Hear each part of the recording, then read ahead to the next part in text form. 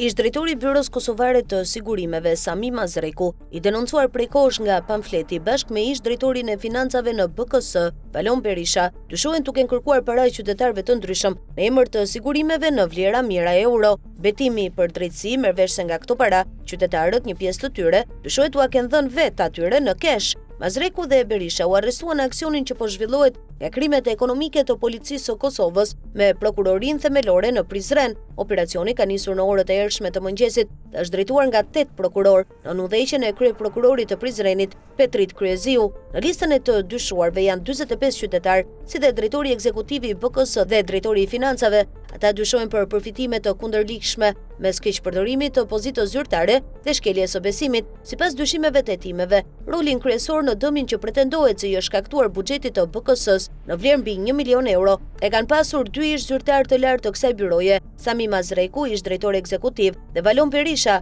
ish drejtori i financave. Hetimet tregojnë se të dyshuarit kanë marrë të dhënat e 45 llogarive bankare të qytetarëve, përmes të cilave janë transferuar mjete financiare nga BKS, duke u bazuar në marrëveshje të parapërgatitura. Nga këto transaksione, Mazreku dhe Berisha dyshohet se kanë përfituar mijëra euro. Po ashtu, sipas dyshimeve, ata kanë identifikuar qytetarë të përfshirë në aksidente trafiku, të cilëve u janë transferuar para me arsyetimin e kompensimit të dëmeve. Me këta persona janë lidhur marrëveshje sipas të cilave një pjesë e vogël e mjeteve u është lënë qytetarëve, ndërsa pjesa më e madhe e shumave të transferuara dyshohet se ka përfunduar tek dy ish zyrtarët e BKS-s. Në kuadër të këtij operacioni, prokuroria e Prizrenit ka nisur pastisje të shumta në pronat e ish drejtuesve të Byros Kosovare të Sigurimeve. Pastisjet përfshin pronat e Sami Mazrekut dhe të paktën një ish zyrtari tjetër të BKS-s. Dyshimet kryesore të këtij operacioni lidhen me manipulime të mundshme në procesin e kompensimit të dëmeve, ndërsa hetimet janë ende në zhvillim.